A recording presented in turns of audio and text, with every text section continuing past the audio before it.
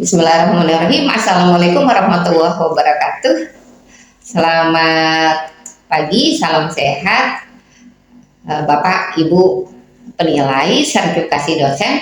Perkenalkan, nama saya Nikozia, dosen Poltekkes Kemenkes Semarang, Prodi Keperawatan, program Diploma 3. Video ini dibuat untuk melengkapi persyaratan pengajuan sertifikasi dosen dalam Tridharma Perguruan Tinggi bidang pengajaran.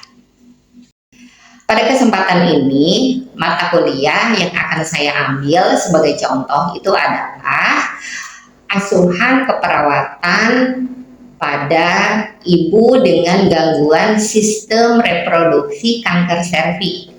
Mata kuliah ini itu merupakan bagian dari mata kuliah inti dalam program studi Diploma 3 yang bobotnya itu adalah 3 SKS.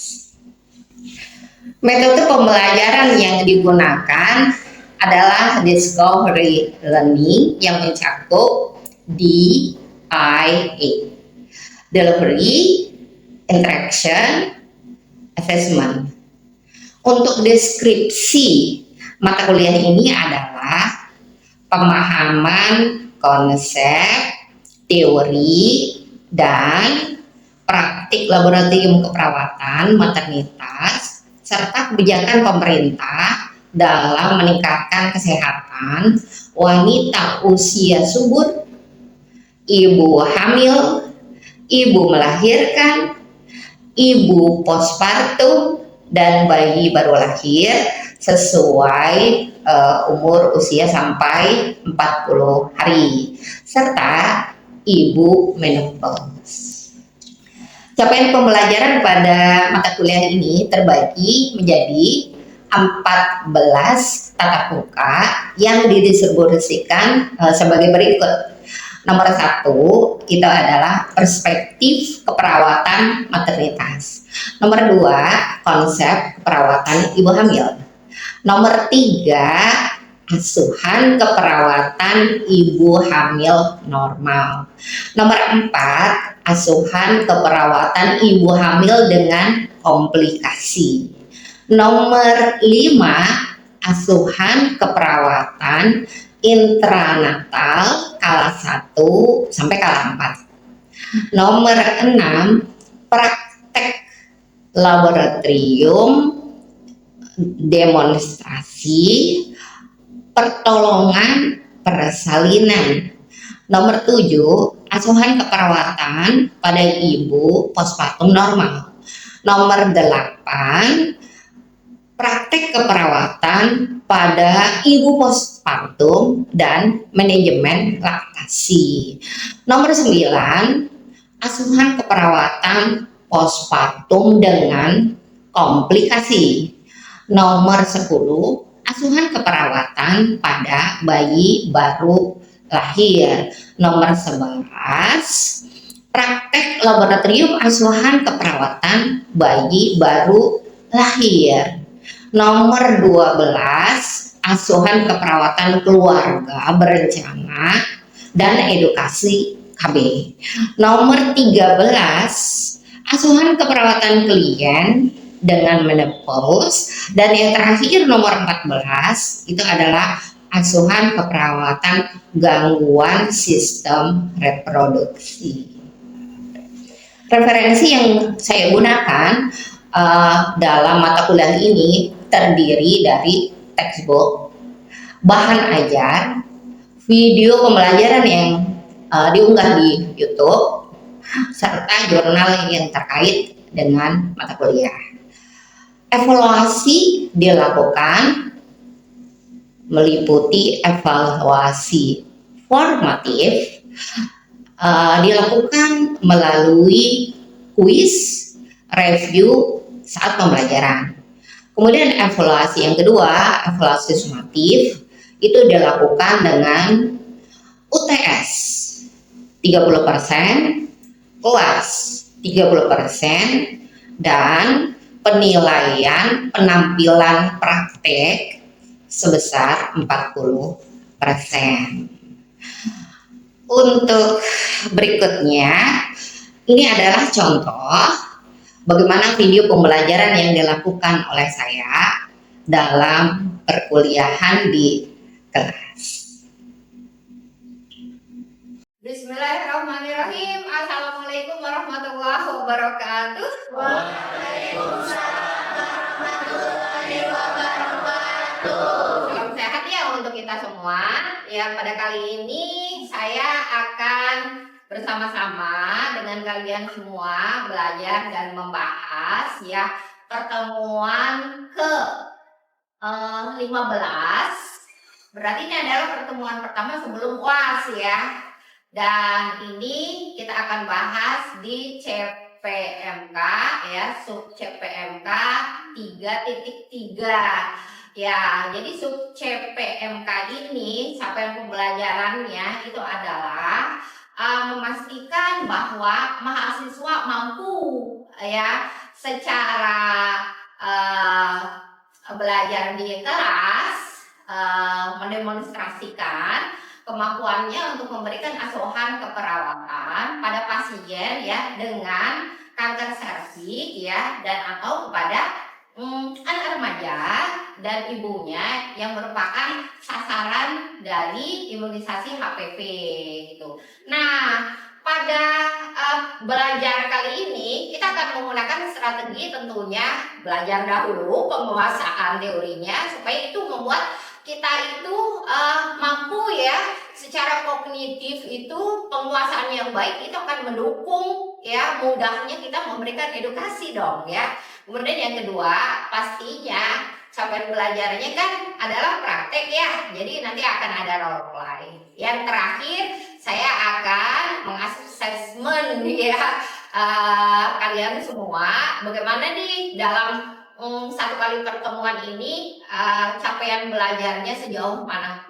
Pastinya bagus ya karena apa ya persiapannya kan udah bagus ya, sudah lihat RPS saya ya di e-learning ya, jadi pastinya udah siap.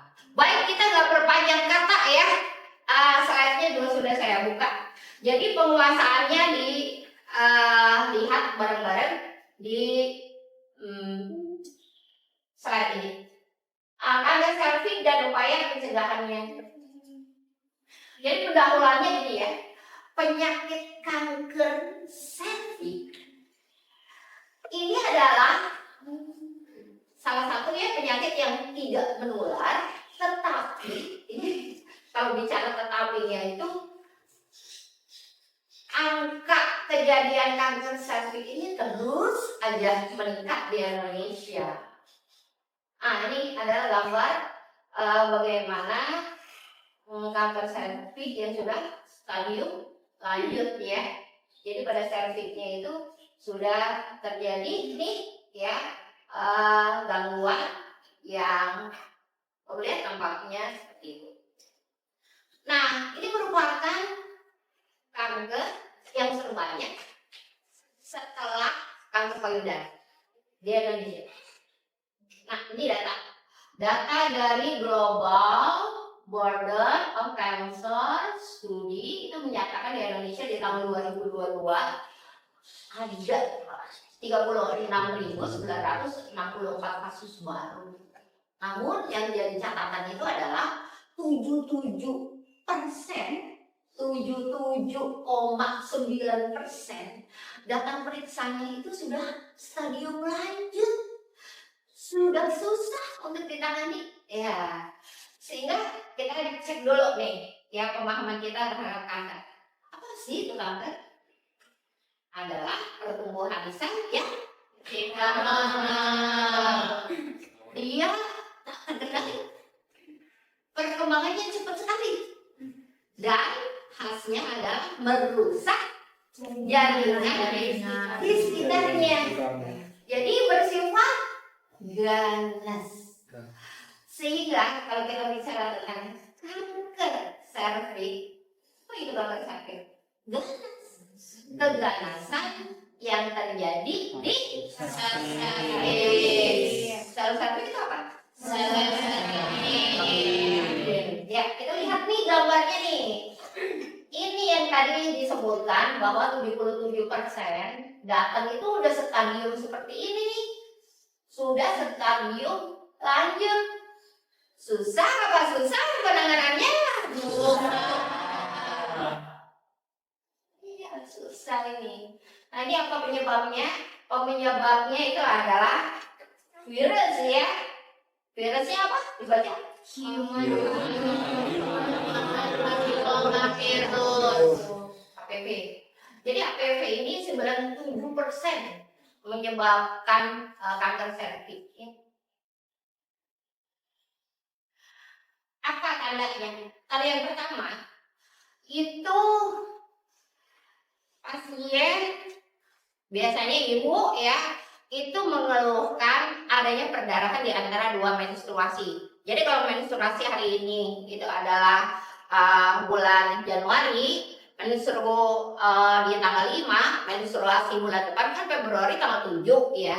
Tetapi di antara Januari ke Februari itu dia mengeluhkan adanya flek gitu.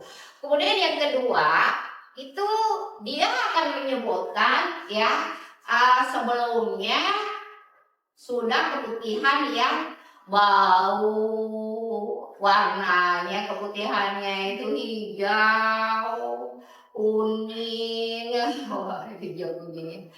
Ya itu, jadi sudah berbau dan banyak.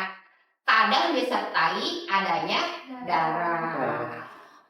Yang ketiga itu adalah hubungan seksual nih. Itu dilaporkan kalau dia selesai hubungan seksual dengan pasangannya, dengan suaminya, itu disertai dengan perdarahan. Nah, ibu dia akan mengeluh nyeri pada perut bagian bawah dan pada area di sakit di pinggang. Ini, nah, apa saja sih faktor yang berisiko? Yang pertama itu adalah usia seksnya. Jadi kalau yang dibandingkan dengan yang menikahnya 20 tahun, frekuensinya lebih banyak mana? Yang kurang dari 18 kan, gitu ya, frekuensinya kan lebih banyak kan nih ya. Jadi kemungkinan paparan dengan HPV-nya lebih banyak dibandingkan ya usianya menikahnya di 20 tahun. Nah, berikutnya adalah ganti-ganti pasangan. Apa yang kemudian terjadi? Kan pasangannya tidak bisa menjamin gitu karena berganti-ganti itu dalam kondisi yang sehat dan tidak memaparkan virus gitu. Yang terakhir ini adalah ibunya atau pasiennya itu mengalami IMS. Coba kalau kita bayangin ya, mengalami IMS artinya ada luka nggak kemungkinannya? Ada ya, ada infeksi, kan namanya infeksi ya, bisa saja gitu ya menyebabkan ya adanya point of entry yang mudahnya HPV masuk gitu. Nah, berikutnya adalah mereka yang berhubungan dengan pria, tetapi prianya ini sering gonta-ganti pasangan sehingga prianya itu membawa ya bisa saja membawa HPV. Ibu atau saudara kami menderita kanker serviks ya, padahalnya baik-baik aja, tetapi saudaranya ini karena sudah pernah mengalami kanker, dia mengalami kemungkinan yang kerentanannya sama ya terhadap ibunya yang terkena kanker ya, kerentanannya sama gitu, sehingga ketika ada virus mudah terserang. Apalagi misalnya yang memang imunnya lemah ya, termasuk merokok loh ya, itu kan menjadi imunnya lemah. Nah, bagaimana cara mencegahnya? Yang pertama,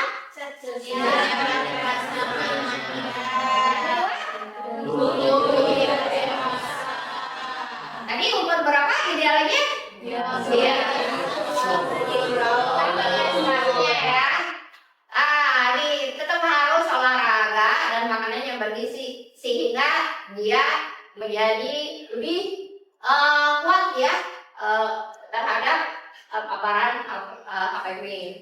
Nah, berikutnya screening ini. Screeningnya itu adalah screening pap smear dan swab. Nah, berikutnya itu adalah imunisasi. Oke, saya break dulu di sini ya untuk mengajak kita semua yang hadir di sini itu berpikir ya, berpikir. Nah, kalau ada pertanyaan begini, ada di satu rumah yang memiliki anak perempuan yang baru saja menstruasi, gitu ya, rumah kita. Nah, di antara rumah kita siapa yang punya adik? Adik masih baru menstruasi, perempuan. Nah, adikmu itu baru menstruasi dan perempuan. Saya sudah memaparkan slide-nya dengan gambaran betapa parah dan terganggunya ketika seseorang itu mengalami kanker serviks ya. Jadi sebagai kakak, apa yang kamu pikirkan pentingnya imunisasi dan screening itu seberapa besar untuk adikmu? Oke, Ibu, sebelumnya saya menjawab, tentu saja sangat besar itu untuk kepentingan melindungi diri adik saya dari kanker serviks. Yang pertama ada vaksin HPV yang bisa dikategorikan di dua, vaksin HPV yang dewasa dan anak. Terus tadi screening IVA dan screening pap smear. Nah, kalau misalkan IVA, saya bisa memberitahu pada adik saya bahwasanya IVA itu bisa dilakukan di puskesmas saat sudah usia di atas seksual aktif. Contoh misalkan 20 tahun ke atas seperti itu. Pap smear juga bisa sebenarnya, tapi harus di laboratorium atau di rumah sakit lah seperti itu. Nah, kalau misalkan yang HPV ini tadi vaksin, saya jelaskan bahwasanya vaksin ada dua, yang dewasa sama anak.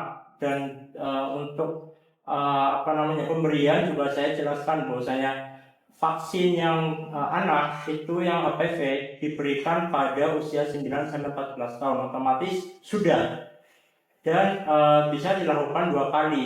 Jedanya itu adalah 6 sampai 12 bulan atau setengah tahun atau 1 tahun.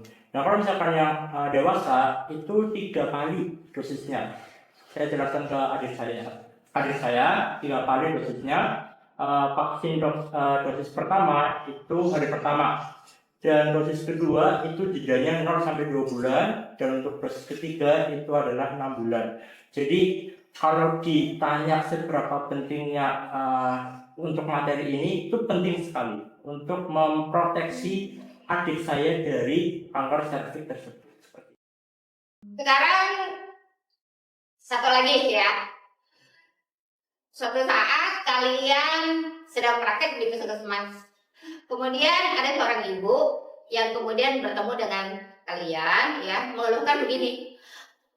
Mbak, Bu, saya itu sudah sering flek-flek di antara 2 menstruasi, dan sehari sebelumnya gitu ya, kemarin itu saya hubungan badannya dengan suami, tapi keluar darahnya nggak banyak gitu. Oke, siapa yang mau menjawab? Ya, apa yang akan disampaikan? Oke, ya silakan. Maka kita akan anjurkan pemeriksaan pap smear atau IVA. Nah, tadi kan kasusnya yang di puskesmasnya Ibu, jadi kita ambilkan IVA karena IVA itu tidak oleh hidran. Kalau pap smear itu kita harus menggunakan laboratorium. Gitu. Jadi begitu datang, kamu akan menyampaikan ya ke dokter ya. Wah, perlunya untuk dilakukan.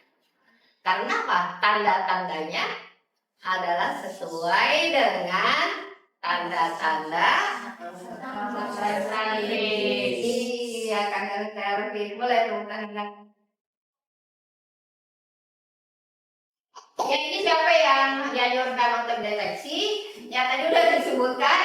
Ya, adalah yang aktif secara seksual. Sehingga kalau adikmu screeningnya nanti ya setelah sudah menikah. Tapi laki-laki yang bertanggung jawab ya, kakak yang saya tadinya ya, sudah bisa memproteksi adiknya sedemikian itu ya. Nah, ini deteksi terutama untuk di usia 30 sampai 50 tahun. Nah, ini adalah screening ya. Makanya ini screening pap smear, yang sebelah kanan saya itu pap smear ya. Ini.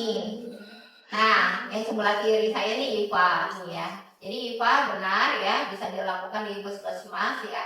Karena untuk melihat bagaimana kondisi dari serviks ya, dengan diberikan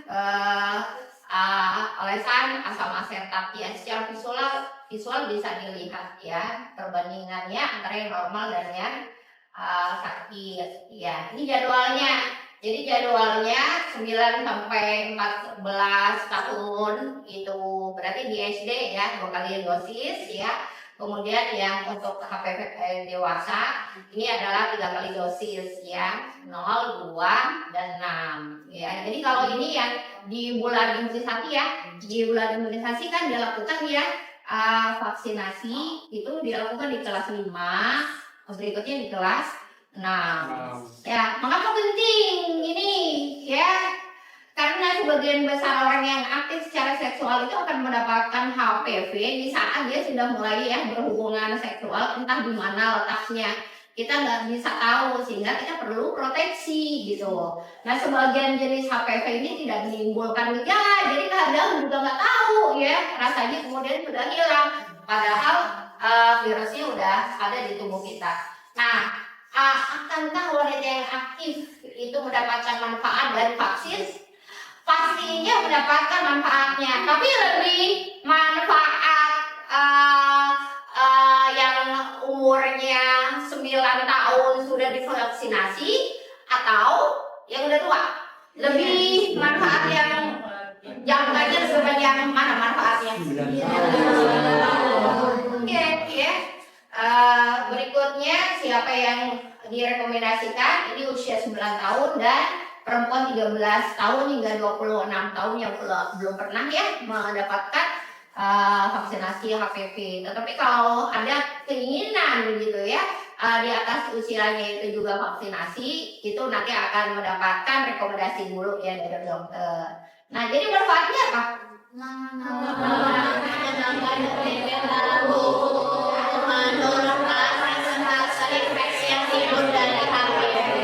Sekarang yang kedua, kita harus role play. Jadi role play-nya nanti di sini aja ya. Jadi pertama pertanyaan pemicunya ini dicatat, boleh dicatat pertanyaan pemicunya, gitu ya. Nanti pertanyaan pemicunya ini akan disampaikan ya oleh dari kalian yang salah satunya nanti jadi pasien ya. Nah, nanti salah satunya itu jadi perawat ya yang mengedukasi. Siap ya? Nah, yang kedua itu. Oke, pertanyaan pemicunya. Baik, kita menuju ke praktek langsung. Boleh disiapin? Perawat. Boleh, kalau boleh langsung. Datang ke puskesmas ya. Kemudian meminta edukasi. Ya, silakan. Permisi Mbak. Jadi saya di sini membawa anak saya kan melakukan vaksin HPV, karena vaksin HPV itu kan efektif ya untuk mencegah kanker. Tapi menantu saya kemarin udah nikah, terus belum vaksin HPV. Kira-kira efektifnya di kapan ya Mbak? Sebelum itu kita lihat slide-nya terlebih dahulu ya Mbak.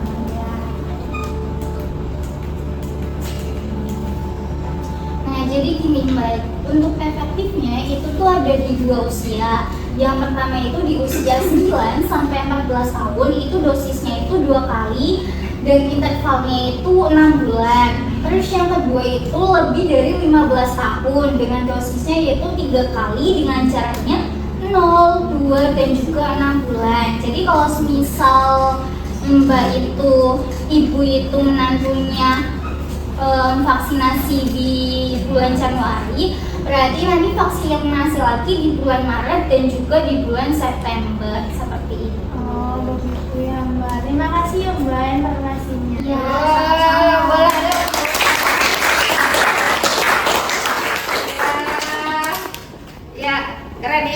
Jadi ketika nanti ada edukasi dan ada pertanyaan, siap aja. Oh, udah menguasai ya. Baik. Yang kedua, siapa yang mau jadi perawat? Perawat duduknya sebelah sana. Ya. Nah, sekarang pasiennya apa yang akan ditanya oleh pasiennya? Sebelumnya saya sebenarnya agak apakah kan saya mau dilakukan pap smear nih Mbak, apakah itu terasa sakit? Oke, saya jelasin ya pasien terlebih dahulu. Nah, jadi untuk pap smear ini alatnya itu disposable ya Mbak, atau digunakan itu dalam satu kali. Nah, untuk pap smear ini itu tidak membuat rasa sakit, akan tetapi membuat rasa yang tidak nyaman. Mungkin mbaknya itu bisa relax aja dan santai aja untuk pelaksanaan pap smear-nya. Apakah bisa dipahami Mbak? Terima kasih Mbak. Iya. Boleh kembali kursinya taruh di bawah. Luar biasa ya. Sekarang tinggal periode terakhir dari proses belajar ini. Kita akan evaluasi ya, seperti biasanya kita evaluasi sejauh mana ya kemampuan kita semua ketika dalam satu kelas itu kita mencapai tujuan belajar. Dengan saya lakukan asesmennya dengan Google Form. Ya, silakan masuk ke Google Form. Sudah? Boleh dong, ya. Diisi langsung. Ya, dipersilahkan. Diisi langsung.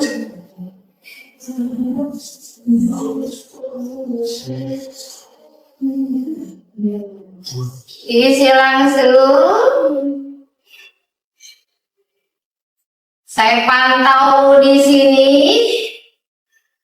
Masya Allah, Masya Allah.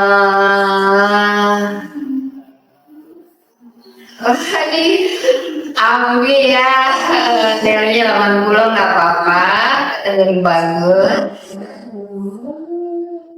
Udah semua belum ya? Ya. Jadi rank tertingginya itu 100, rank yang terendah 80. Saya menyukai sekali kelas yang seperti ini ya. Kita belajar fokus, tetapi hasil itu bisa maksimal ya. Jangan lupa gitu ya, nanti ketika praktek ya lebih percaya diri lagi karena kita sudah menguasai ya dengan lebih gamblang untuk mata kuliah pada pertemuan terakhir ini. Ya, saya doakan mudah-mudahan besok ya UASnya sukses. Amin.